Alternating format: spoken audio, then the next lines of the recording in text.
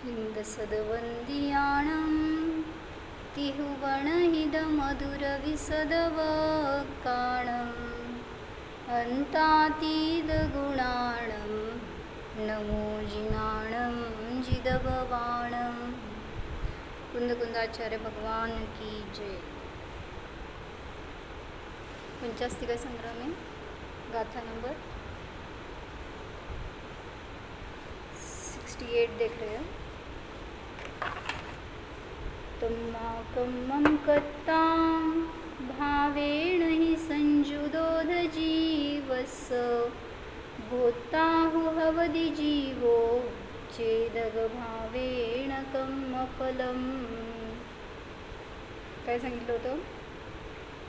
म्हणून जीवाच्या भावाने संयुक्त असे कर्म म्हणजेच द्रव्य कर्म करता आहे.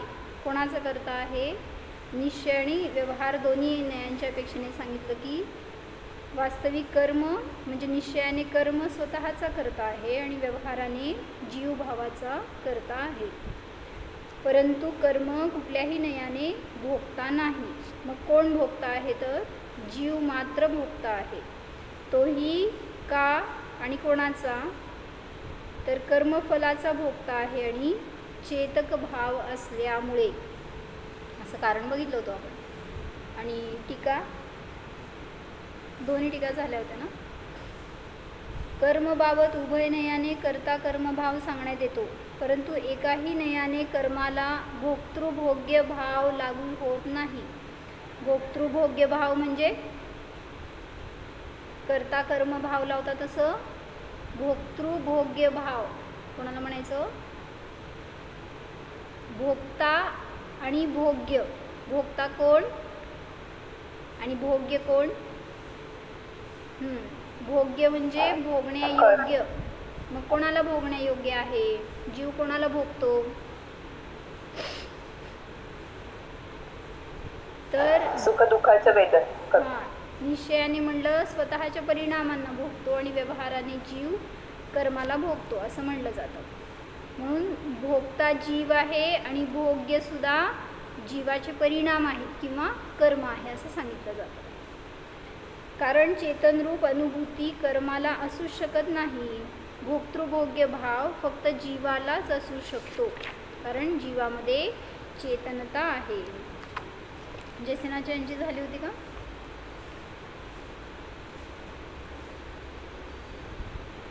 पूर्ण नाही झाली वाटतं. अथ कर्तृत्व भोक्तृत्व उपसंहारः कथ्यते. नंतर कर्तृत्व आणि भोक्तृत्वाचा उपसंहार सांगतात. पहिलं काय बघितलं होतं?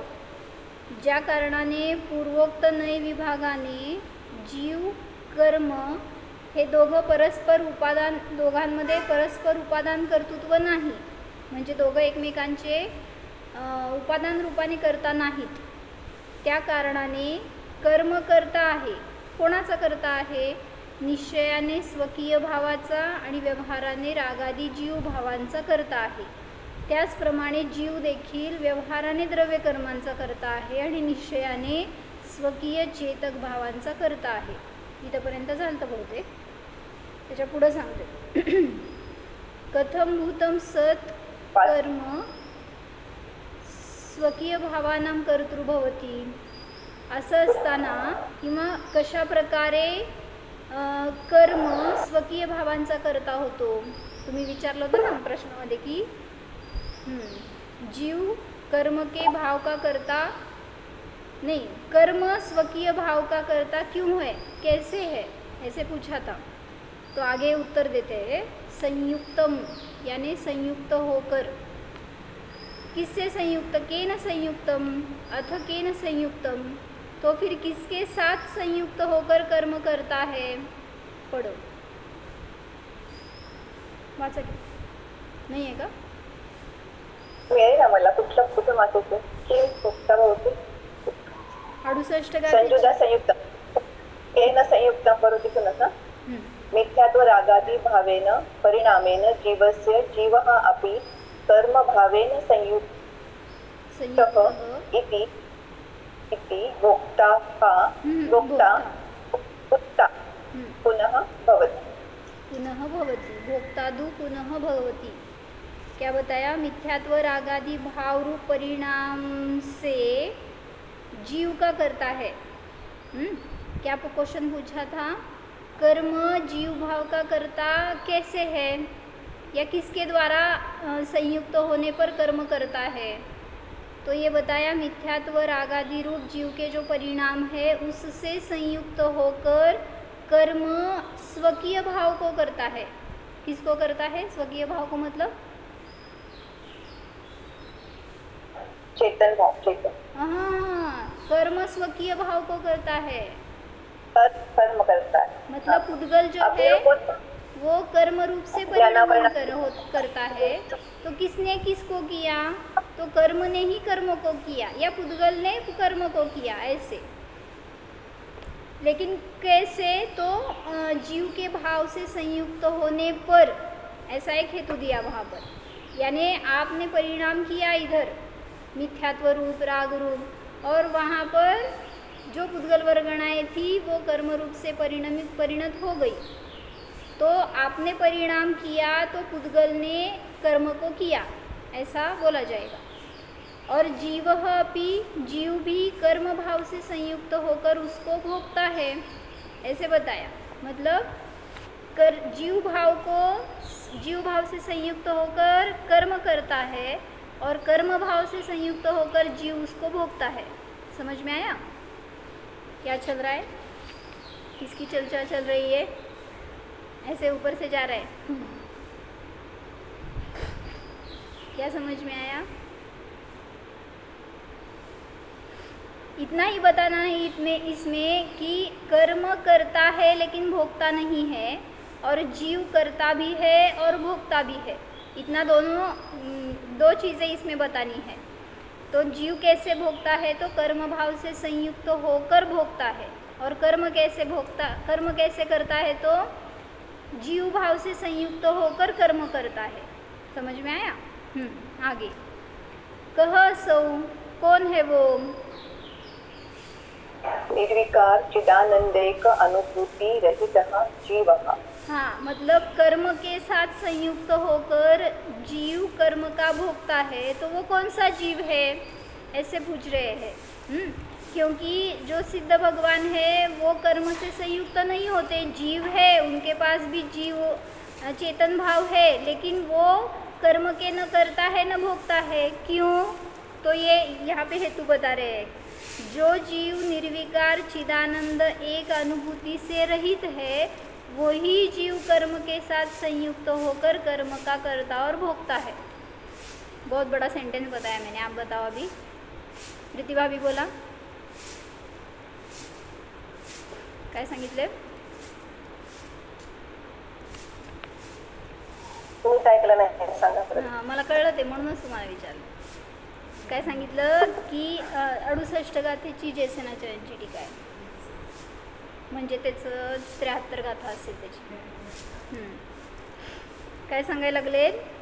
क्या बता रहे हैं? जीव कर्म का करता भी है भोगता भी है, लेकिन कौन सा जीव? वहाँ पे हेतु दिया था चेतक भाव होने से। तो सिद्ध के पास भी चेतक भाव है, लेकिन वो कर्म का करता और भोगता नहीं है। फिर कौन सा जीव कर्म को भोगता है? तो इसके लिए हेतु बताया निर्विकार चिदानंद एक अनुभूति से रहित जो जीव है वही कर्म का भोगता है, कर्म से संयुक्त होता है और भोगता होता है. समझ में आया? हाँ बोलो. हाँ हाँ. केन कृत्वा, क्या करके भोगता है?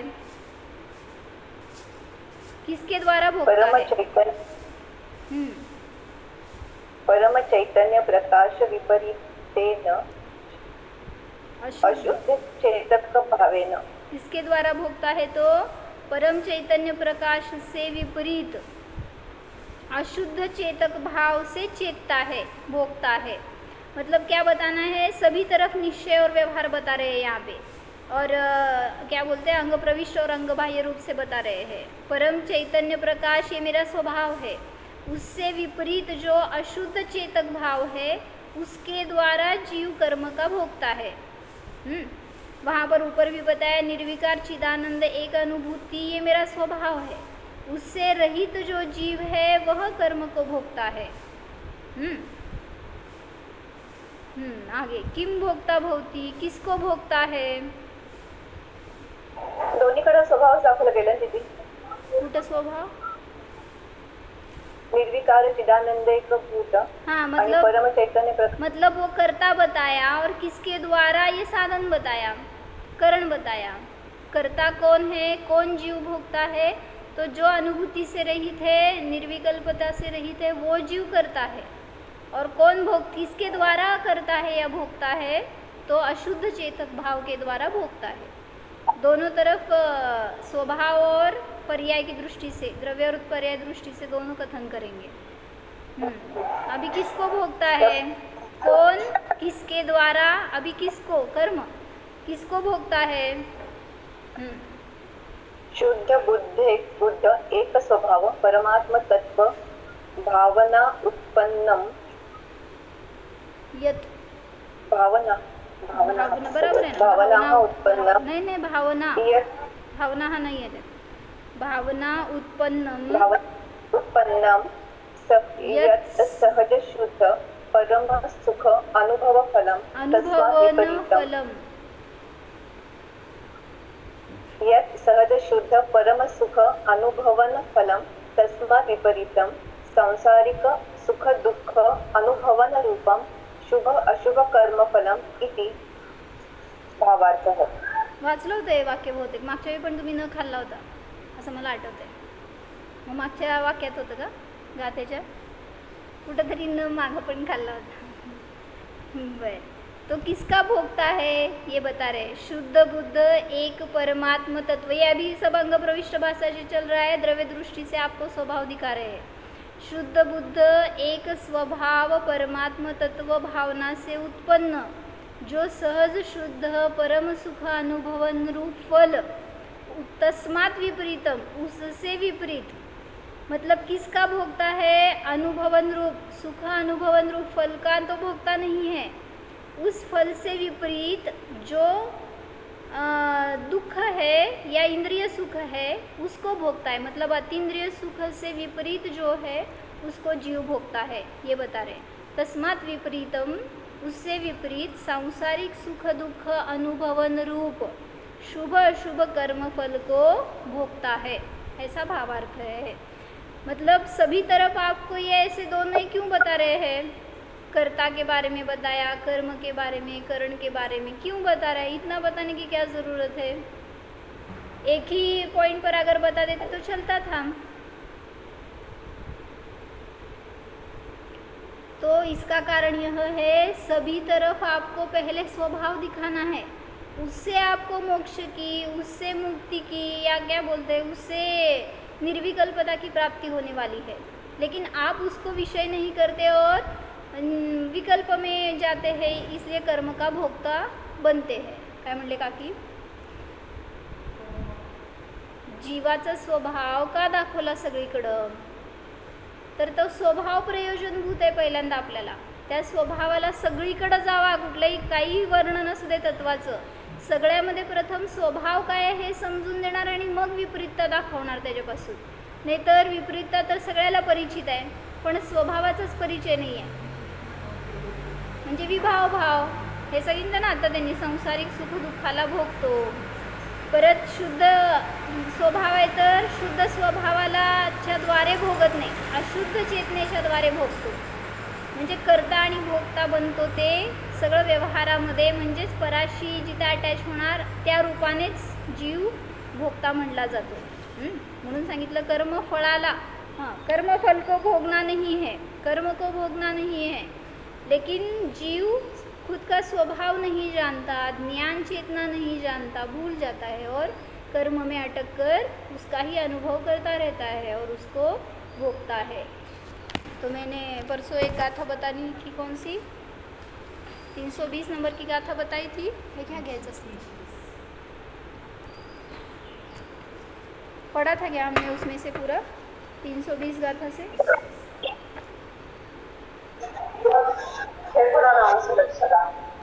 समय निसार में 320 नंबर की गाथा से पढ़ने वाले थे, शायद पढ़ा था। सुनीता, अंगबाह्य अंगप्रवेश म्हणजे अध्यात्म भाषा आणि आगम भाषा असं झालं का? आगम असं म्हणू नको, ठीक आहे तसं म्हणलं तरी पण चालतंय, पण कुठं कुठं अंगबाह्य म्हणजे तुम्हाला आत्म्यापासून विपरीत कथन सांगणार, पण आगमामध्ये विपरीत नाही कथन येणार. आगमामध्ये तुम्हाला सगळ्या दृष्टीने दाखवणार, निरीक्षण असतं सगळ्या दृष्टीने, ती आगम भाषा असते. आणि जिथं परीक्षण करणार की त्यातून मला काय प्रयोजनभूत आहे, किंवा हे जे सगळं कथन सांगितलं ते कोणाचं आहे, त्यातून मी माझ्यासाठी उपयोगी काय आहे, हे सगळं पाहणं ही अध्यात्म भाषा झाली. म्हणून आगम भाषा म्हणजे निरीक्षण पद्धती आणि अध्यात्म भाषा म्हणजे परीक्षण पद्धती.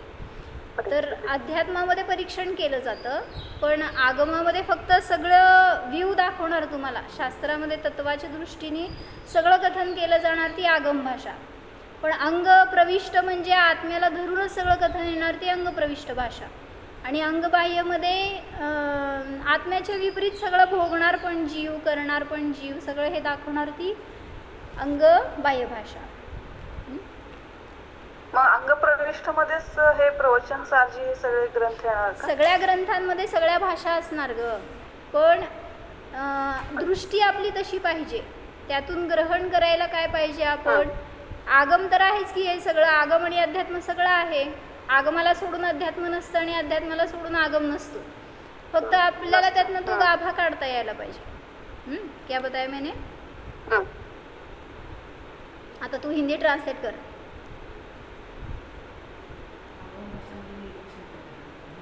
आगम भाषा यानी निरीक्षण पद्धती और अध्यात्म भाषा यानी परीक्षण पद्धती. हाँ पुढं बोल. हाँ काय दीदी, द्वादशांग तो अंग प्रविष्ट ही आहे ना, द्वादशांग, तो उसके बाहर जो भी है ग्रंथ वो अंग का ही आए, जैसे प्रवचन सारे वो सब है तो बाद में हो गए, मतलब दिव्य से डायरेक्टली ऐसा नहीं बोल सकते, इस हिसाब से उनको अंग बाह्य कहेंगे ना, भले उनका सार लिया है. बताया वैसे अंगबाह्य जिनवाणी में ही पूरा वो सार आ गया. ऐसे क्या बोलते हैं वो, भेद करते हैं उसमें आया है तत्वार सूत्र में, अंग प्रविष्ट में कौन से है और अंग बाह्य में कौन से है. आप देखिए, जिसमें आत्मा की बात नहीं वो हो गया ना. द्वादश अंग जिनवाणी में कौन सा अंग प्रविष्ट अंग बाह्य ऐसे पूछ रहे ना, तो तिथं अर्थ प्रकाशिका है द्या, उसमें बताया उन्होंने अंग प्रविष्ट में क्या लेना है, अंग बाह्य में क्या लेना है. हाँ कुछ राईट साईडला जावा, व्हाईट कलरचं पुस्तक आहे. चेलना काकी, भारती काकी सांगा, प्रश्न आहे त्यांचा. द्वादश अंग जिनवाणीमध्ये अंग प्रविष्ट काय आणि अंग बाह्य काय. उजवीकडे जा, उजव्या साईडला, त्याच कप्प्यात आहे समोर, भरपूर आहेत.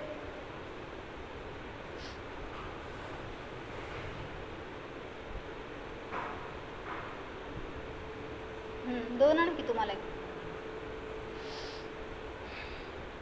तो इसमें से देख लिया था हमने 320 गाथा में से क्या बताया था, 12वें गुणस्थान तक अज्ञान भाव चलता है, इस वजह से वहाँ तक एक अपेक्षा से अज्ञान चेतना है. और जहाँ तक अज्ञान चेतना है वहाँ तक कर्म और कर्मफल चेतना है.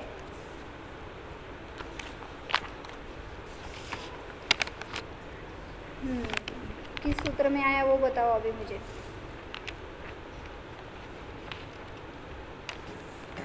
तत्वाद सूत्र में, कौन से सूत्र में आया, जो श्रुत ज्ञान के भेद करते हैं ना हम, उसमें आया था शायद.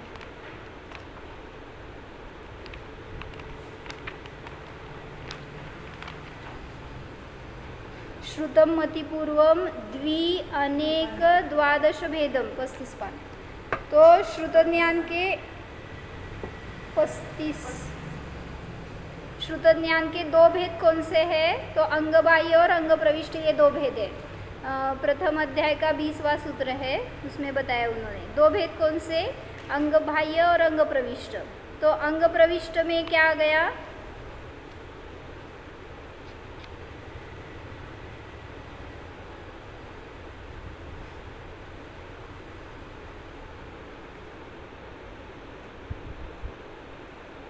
जो द्वादशांग रूप जिनवाणी है वो सब अंग प्रविष्ट में आ गई, और अंग बाह्य में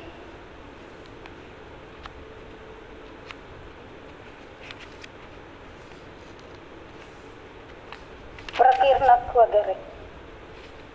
प्रकीर्णक पण 12व्या अंगाचाच भेद आहे. बरोबर, ते घेतले. 14 प्रकीर्णक जे घेतले ते अंग बाह्यमध्ये आले. दृष्टिवाद अंगाचे 12, दृष्टिवादपर्यंत जे 12 अंग आहेत तर ते सगळे अंग प्रविष्टमध्ये आले, आणि दृष्टिवाद अंगामध्ये येत नाही प्रकीर्णक. दृष्टिवाद अंगामध्ये काय येतं, जे 12वं अंग आहे त्याच्यात पूर्व 5 भेद कुठले, चुलिका, प्रकीर्णक, पूर्व. मग प्रकीर्णक त्यात आलं ना, मी तेच मी म्हणत होते. परिकर्म, सूत्र, प्रथमानुयोग, पूर्व आणि चुलिका, प्रकीर्णक त्याच्यामध्ये येत नाही, त्यामुळं प्रकीर्णक घातलं ते अंगबाह्यमध्ये. काय काय सांगितले, जे 12व्या अंगाचे 5 भेद आहेत ना, परिकर्म, सूत्र, प्रथमानुयोग, पूर्व आणि चुलिका, हे इथंपर्यंत सगळे 11 अंग आणि 14 पूर्व हे सगळे भेद येणार ते अंग प्रविष्ट ह्या काती. आणि अंग बाह्यमध्ये काय येणार, 40 पानावर त्यांनी दिलंय.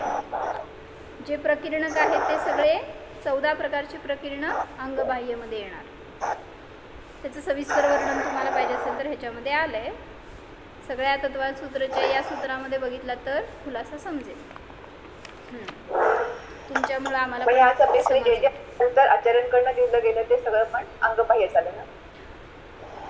असं आता ते पण आचार्यांकडनं लिहिलं गेलंच आहे की, जे काही द्वादश अंग आहे ते थोडी लिहिलं तर आचार्यांनीच आहे, भगवंतांनी थोडी लिहिलंय. सगळं लिहिलं ते परंपरेने गणधरांकडून आचार्यांपर्यंत आलं, आचार्यांकडून सगळं लिपिबद्ध केलं गेलं. त्यामुळं सोडून आहे ना ते द्वादशांग म्हणजे त्याच्या व्यतिरिक्त आहे असं, डायरेक्टली गणधरांकडून रचलं गेलेलं किंवा त्यांच्याकडे गुंफलेलं नाहीये म्हणून. म्हणजे काय प्रकीर्णक आहेत ते सगळे अंगबाह्य आहेत.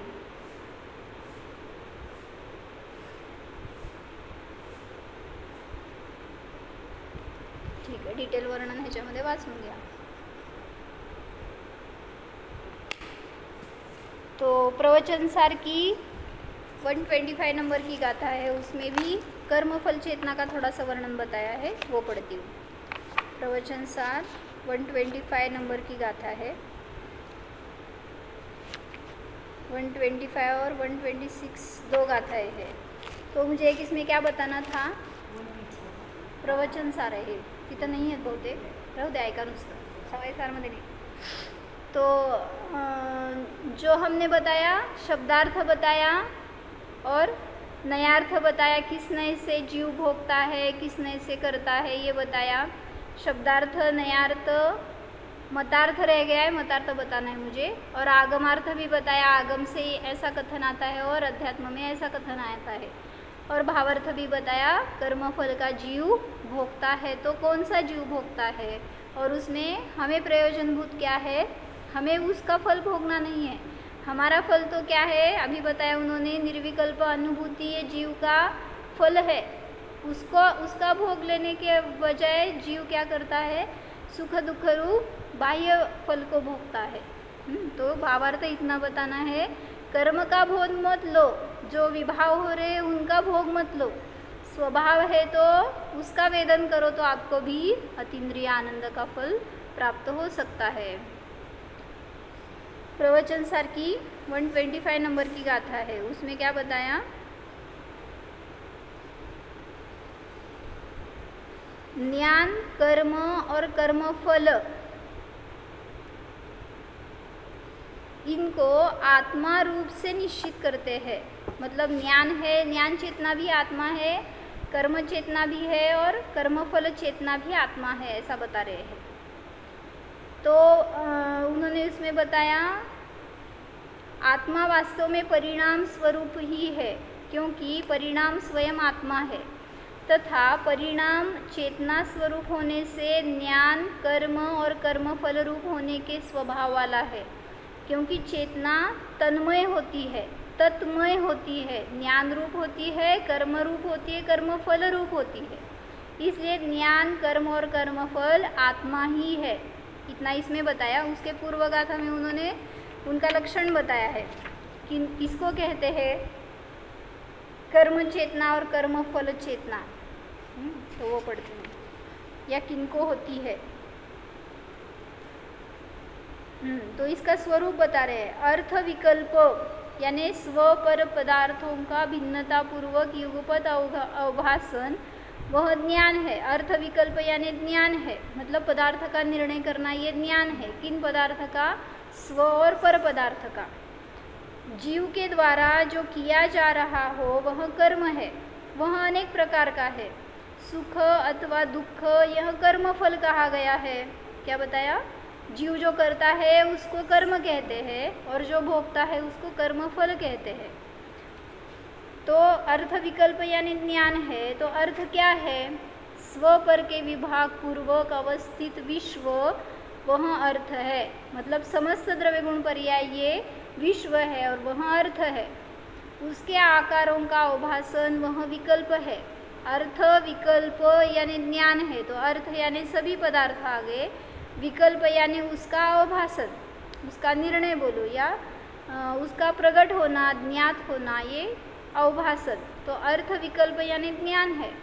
और दर्पण के निज विस्तार की भांति, जैसे दर्पण के निज विस्तार में स्व और पर आकार एक ही साथ प्रकाशित होते हैं, उसी प्रकार जिसमें एक ही साथ स्व पराकार अवभासित होते हैं, ऐसा अर्थ विकल्प वह ज्ञान है। और कर्म किसे कहते हैं ये आगे बता रहे। जो आत्मा के द्वारा किया जाता है वह कर्म है। किसको बताया हमने? कर्म चेतना किसको होती है? कर्म चेतना किसको होती है? कौन से जीव को होती है?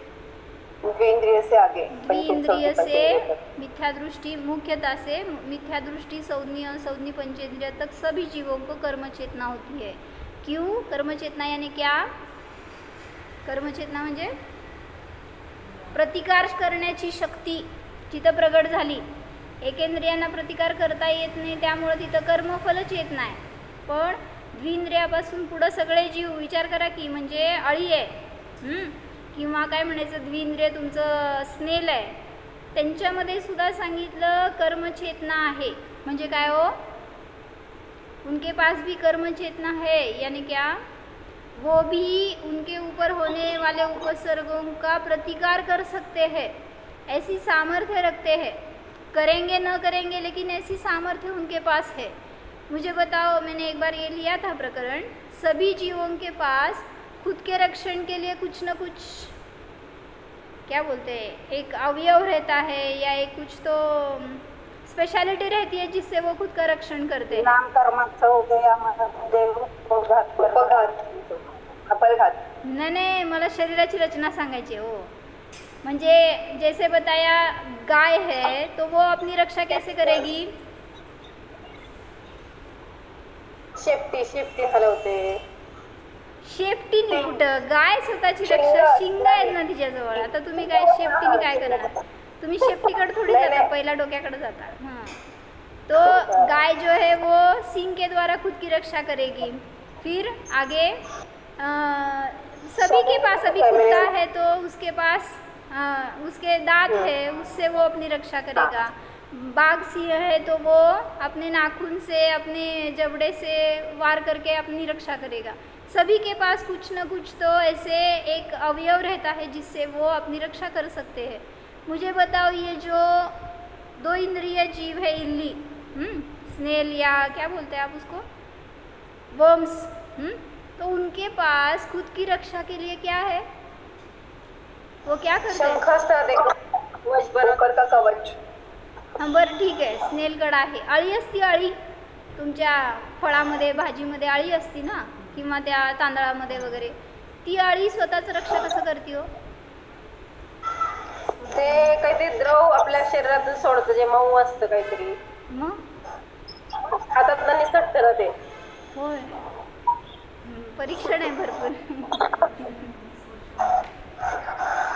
आपली रक्षा रक्षा कशी करणार तुम्ही त्यांना? जसं मुंगीला तुम्ही हात लावायला गेला, मुंगी लांब पळणार. लांब पळायचं नाही हो.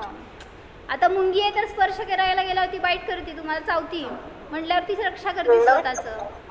तसं दोन असतात ना त्याला, हां मुंगीला वर दोन हे असतात की ते काय त्याच्यावर दंश करते ती हां मुंगी चावती एवढं सांगायचं. काय त्रास होतं तिच्याकडं ते आहे ना अवजार, एक तिच्याकडं अवजार आहे. तसं अळी स्वतःची रक्षा कशी करणार असं एक मला शंका आली होती बरं का. असं तुम्हाला मी तुमच्या डोक्यात घालाली ती अळी ते किडा. एक टाईपची अजून एक अळी येते, म्हणजे की तिला कव्हर असतं वरती आणि तशी भिंतीला वगैरे चालताना दिसते, तिला ते वरती प्रोटेक्शन ते कव्हर असतं, त्याच्यामध्ये ती अळी असते. फक्त एकच जातीची अशी बघितली गेली. हां ते आपले अवयव आत घेते त्याच्यामध्ये.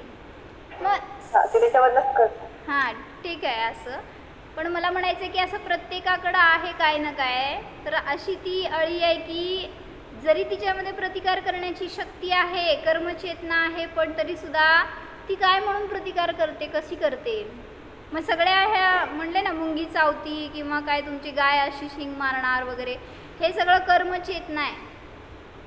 आणि दीदी अळीच असं म्हणू शकतो की तिचं त्या कलरची होते, जसं मटारमध्ये ती हिरवी असते, पटकन दिसत नाही, मग ते पण त्याचं एक नैसर्गिकच रक्षक टाईप आहे ना. ते पण हातात आल्यावरती रक्षा कशी करणार? हातात आल्यावरती म्हणजे बरं ठीक आहे, रंग बदलून आपण कसं म्हणू शकतो, रक्षक कसं म्हणू शकतो की प्रतिकार करायचा प्रयत्न करणार, रक्षक कोणीच नाही ना. म्हणजे एवढंच की ती पळून जाऊ शकते, एवढंच. दुसरं काय प्रतिकार करायची शक्ती तिच्यामध्ये नाहीये, पण आहे एक शक्ती म्हणून म्हणलं गेलं तिच्यामध्ये कर्मचेतना आहे. पण असं पळायचं वगैरे कार्य एकेंद्रियांमध्ये होऊ शकत नाही, त्यामुळं तशी त्यांच्यामध्ये सामर्थ्यच नाही, म्हणून ते कर्मफल चेतनाच भोगतात, कर्मचेतना नाही त्यांना. तो यहाँ बता रहे हैं जो आत्मा के द्वारा किया जाता है वह कर्म है, प्रतिक्षण उस भाव से होता हुआ आत्मा के द्वारा वास्तव में किया जाने वाला जो उसका भाव है वही आत्मा के द्वारा प्राप्य होने से कर्म है. और एक प्रकार का होने पर भी द्रव्य कर्म रूप उपाधि की निकटता के सद्भाव और असद्भाव के कारण अनेक प्रकार का है. उस कर्म से उत्पन्न किया जाने वाला सुख दुख वह कर्म फल है. वहाँ द्रव्य कर्म रूप उपाधि की निकटता के असद्भाव के कारण जो कर्म होता है उसका फल अनाकूलत्व लक्षण प्रकृतिभूत सुख है, और द्रव्य कर्म रूप उपाधि की निकटता के सद्भाव के कारण जो कर्म होता है उसका फल विकृति रूप दुख है, क्योंकि वहाँ सुख के लक्षण का अभाव है. मुझे पता है आपको कुछ नहीं समझ में आया, लेकिन मुझे इतना बताना है, इसमें से कर्म 3 प्रकारची चेतना आहेत, ज्ञान चेतना, कर्मचेतना आणि कर्मफल चेतना. म्हणजे काय असतं तर ज्ञान चेतना म्हणजे जो ज्ञानी आहे तो ज्ञानाचाच भोग घेतो, त्याला ज्ञान चेतना आहे. कर्मचेतना कशाला म्हणलं? कर्मचेतना म्हणजे प्रतिकार करायची शक्ती असते. म्हणजे तुम्हाला जर कोण वार करायला आला तर तुम्ही काय करणार आहे? कसं प्रतिकार करत आहो? काय करतो भैया? विचारायचं थांबा की सगळ्याला, काय करतो भैया? कोणतरी येऊन अटॅक केलं तुझ्यावर तर होय, every action as a reaction म्हणणार तुम्ही. एक दिलं तर आपण एक गाली देतो, दुसरी गाली देते. मतलब हमारे पास भी त्याला म्हणायचं कर्मचेतना हे सांगायचं. आणि कर्मफल चेतना म्हणजे काय हो? म्हणजे काय? फक्त निमूटपणे भोगत राहणे. जसं म्हणलं, मला सांगा की एखादी सुनबाई आहे, तिची जाच करणारी सासूबाई आहे, सांगा त्या सुनबाईकडे कुठल्या कुठल्या चेतना आहे? तो ती एकदम निमूटपणे बसणार काय? तुझी बायको असं असेल समज, आणि तुझी आई असं जाच करणारी समज, असं म्हणते, मला माहीत नाही. मग ती आपलं जे सांगते ते, शिल्पा भाभी असं करायला लागलाय तुम्ही, तिच्यावर काय जास्त कामाचं लोड घातला, हे करते कर, झोपायचं नाही, खायचं प्यायचं नाही, घरी जायचं नाही माहेरी, मी सांगेल तेव्हाच तेच करायचं, सगळं जर असं केलं तर त्या सांग सुनेकडं किती चेतना? 3 चेतना आहेत ना, ज्ञान चेतना, कर्मचेतना आणि कर्मफल चेतना. तर त्या जीवाकडे त्यावेळेस किती चेतना? 3 आहेत.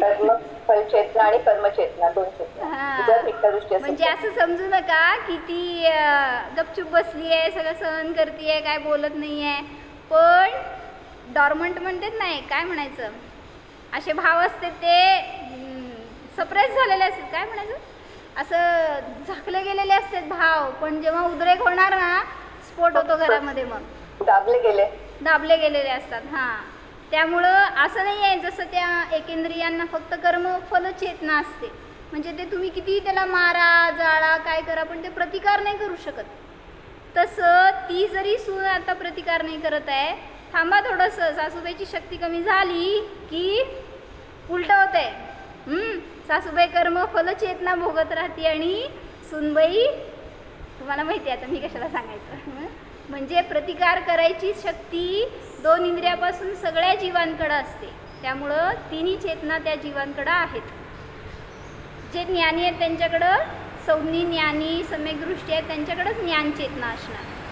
तर मला एक हे सांगायचं होतं की मतार्थ ह्याच्यामध्ये काय घटवलं, सांख्य नावाचे एक मतवादी आहेत, त्यांचं मत काय आहे, ते 2 तत्व मानतात, एक प्रकृती आणि एक पुरुष. मला सांगा भोगता कोण आहे त्याच्यामध्ये? प्रकृती आहे.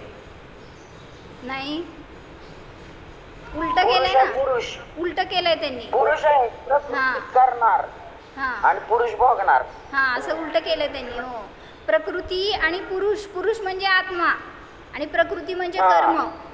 तर पुरुष आहे तो चेतन आहे पण ज्ञानरहित आहे, आणि कर्म आहे ते अचेतन आहे पण ज्ञानसहित आहे, असं त्यांचं मत आहे बरं का. आणि जो पुरुष आहे तो अकर्ता आहे आणि ज्ञान किंवा प्रकृती करता आहे. जे काय तुम्हाला सुखदुःख होणार ते प्रकृती करते असं ते मानतात. आणि जो पुरुष आहे तो भोगता आहे पण कर्म अभोगता आहेत, असं त्यांचं सगळं उलटं मत आहे. मग त्याचं खंडन करण्यासाठी म्हणून जिनमतींनी हे सगळं खुलासा करून सांगितलं की जो करतो तोच भोगतो. म्हणजे काय, मला जे काय मिळालं आहे ते कोणामुळं मिळालं. मी एक आज प्रवचन ऐकलं जितूबाईंचं, त्याच्यामध्ये त्यांनी काय सांगितलं, तुम्हाला तुमच्या आईवडिलांकडनं वाडवडिलांकडनं संपत्ती मिळाली, जिनधर्म मिळाला सगळ्यात महत्त्वाचा. तर एक सेंटेन्स त्यांचं हे चांगलं होतं की जो कोणी आज जिनधर्मी झालेला आहे तो समजून घ्या पूर्व केलेल्या अन्याय अनिती आणि अभक्षाच्या त्यागाचं फळ आहे. पूर्वभवात तुम्हाला धर्म माहीत नव्हतं जाऊ दे, पण तुम्ही हे पूर्वभवात त्यागलं होतं ना, त्याचं फळ आज तुम्ही पापाच्या कुळात जन्मला नाहीत, पुण्यवान कुळामध्ये जिन कुळामध्ये जन्मलात. काय म्हणताय, काय म्हणताय विशाल भैया? बरं मी सांगते, एका वेळ संपत आली आहे. तर काय सांगायलेत की जे तुम्हाला आज मिळालेलं ना सगळं, तुम्ही म्हणताय की मला वाडवडिलांकडनं सगळं मिळालं आहे, तर त्यांचं तुम्ही आज सगळं भोगताय, पण वास्तविक त्यांचं तुम्ही नाही भोगत, तुमचंच तुम्ही भोगता. म्हणजे त्यांनी कमवलं सगळं पण त्यांना त्याचं भोग घेण्याचं, काय म्हणायचं, भोग घेण्याचं भाग्य नव्हतं. तुमचं भाग्य असं होतं की जन्मल्यावर ते सगळं तुम्हाला देऊन भोगणार सुटणार होते, म्हणून ते तुमच्या वाट्याला आलं, म्हणून त्याचं तुम्ही भोगता झालात. आज मी लोड केलेली कॅसेट आहे का जितूबाईंची, त्याच्यात त्यांनी चांगला खुलासा केला आहे. सगळं अक्षय तृतीयाच्या दानाच्या संबंधी सांगितलेलं होतं. 20 तारखेचं प्रवचन आहे ते. तर त्यावेळेस त्यांनी हे सगळं सांगितलं की महाराजजींनी अक्षय तृतीयाच्या दिवशी दीक्षा घेतली. सांगा दान काय केलं हो त्यांनी, जे काय दान केलं म्हणतो तर सगळ्यात मोठं दान त्यांनी केलं. काय म्हणतो आपण पूजेमध्ये, जग को दे दी जग की निधिया. म्हणजे जे मुनी आहेत किंवा मोक्षाला गेलेले अरिहंत सिद्ध आहेत, तर त्यांनी काय केलं, त्यांच्याकडं सगळी असलेली निधी दान केलं. म्हणजे आहे नाही ते सगळं सोडून गेलेत ते, म्हणजे तुम्हालाच दान केलं ना. मग तसं सांगितलं की तुम्हाला हे वीरसागर महाराजांनी काय दान केलं, सगळं दान केलं. म्हणून सगळ्यात मोठे दानी ते, म्हणजे सगळ्यात महत्त्वाचं दान त्यांनी केलं अक्षय तृतीयाच्या दिवशी. तुम्हाला वाटतं मी आहारदान केलं म्हणजे फार मोठं काम केलं त्या दिवशी, काहीतरी काय कोणाला धनदान केलं, कोणाला काय जीवनदान केलं, काय दान केलं असेल ते. पण खरं दान कधी झालं, जेव्हा ते स्वतःसाठी सगळा उपयोग त्यांनी दिला आणि बाकीच्या सगळ्या परिग्रह आणि संयोगाचा त्याग केला, तर ते सगळ्यात मोठं दान झालं त्यांच्याकडून. म्हणून सांगतायत की आपण त्यांनी त्याच्यासाठी सगळ्यांचं ताडण केलं होतं. म्हणजे तुम्ही काय करता, सोहळ्यात जाता आणि दान करायचं. त्या दिवशी दान करायचं म्हटल्यावर तुंबड असती सगळी त्यागीच्या जवळ. पण कसं करतात दान, म्हणले त्यावेळीस जायचं, कपडे घालायचं आणि हातावर एक घास घेऊन यायचं आणि आम्ही दान केलं. म्हणले त्याच्यासाठी उलटं सगळी तयारी पाहिजे मागून, पहिल्यापासून त्या सोहळ्यात त्यांना काय करायचं आहे का, मदत किंवा काय सामग्री द्यायची आहे का, परत सगळं आहार झाल्यावर तिथलं सगळं श्रम तिथं असतात महत्त्वाचे. तुम्ही काय केलं, फक्त ऐनवेळीच जाऊन हातावर घास ठेवणं म्हणजे दान नाही आहे, असं त्यांनी सगळं त्याच्यामध्ये खुलासा करून सांगितलं आहे. म्हणून सांगितलं की आपल्याला दान म्हणजे काय माहीत नसतं आणि काय त्याग करायचं हे माहीत नसतं. मग त्यात त्यांनी सगळं घटवलं, दान कसलं कशाचं करायचं, दाता कोण पाहिजे, पात्र कोण पाहिजे, आपले परिणाम कसे पाहिजेत.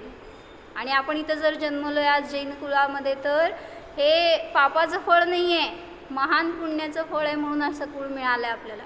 तर ते जर मिळालेलं आहे तर ते असंच वाया जाऊ देऊ नका. मग त्याच्यात त्यांनी अतिंद्रिय आनंद भोगण्याची कला शिकवली आहे, तर ती तेवढी नियमाने भोगायलाच पाहिजे. हो, म्यूट का आज भैया, काय बोला ना, एनी क्वेश्चन, म्यूट का जाणा. अकर्ता अभोक्ता स्वरूपोऽहम्, ज्ञाता द्रष्टा स्वरूपोऽहम्,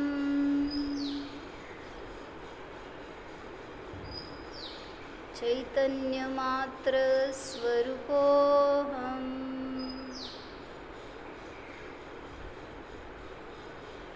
जीवोऽहम्.